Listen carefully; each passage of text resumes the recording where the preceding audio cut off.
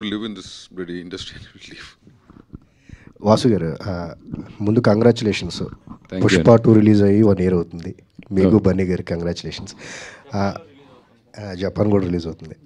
అయితే పెద్ద సినిమాలు అటువైపు నుంచి బన్నీ గారితో మీరు ఒక పెద్ద సినిమాలు పెద్ద బిగ్ కమర్షియల్ సక్సెస్ ఇస్తున్నారు, చిన్న సినిమాలు కూడా రిలీజ్ చేస్తున్నారు. అంటే మీ సక్సెస్ సీక్రెట్ అందుబాటు ధరలో సినిమాని అందించడం అనేది కూడా వన్ ఆఫ్ ద పాయింట్ అని చెప్పి మీ వైపు నుంచి మీరు భావిస్తున్నారా?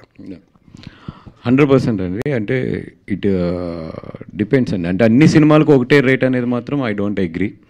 అట్ ది సేమ్ టైం మొన్న మేము రాజు వెడ్స్ రాంబాయికి ఒక ప్రయోగం చేసాం 99 రూపీస్ అని చెప్పి. టెక్నికల్గా చాలా ప్రాబ్లమ్స్ ఉన్నా మ్యాక్సిమం ట్రై చేసాం. అట్లాగని అది ప్రతి సినిమాకి అట్లా ఉండాలి అంటే అది ఇప్పుడు దాన్ని పెట్టే ఖర్చు కానీ దాని ఇది కానీ చాలా క్యాలిక్యులేషన్స్ ఉంటాయి. ఇట్లాంటి చిన్న సినిమాలకైతే I always prefer to go with the 99 rupees. ఇక్కడ first of all I want to congratulate the director and the music director. ఇలాంటి ఫిలిమ్స్కి ఆ డైరెక్టర్ ఎంత అద్భుతంగా కన్సీవ్ చేశాడో సీన్ని, అంత అద్భుతంగా మ్యూజిక్ ఇవ్వకపోతే మాత్రం ఇట్ కాంట్ గో అవుట్. చాలా బాగుంది. First of all congrats. పోతే visual of course, but elevation అనేటువంటిది it takes to the next level by the music అనమాట.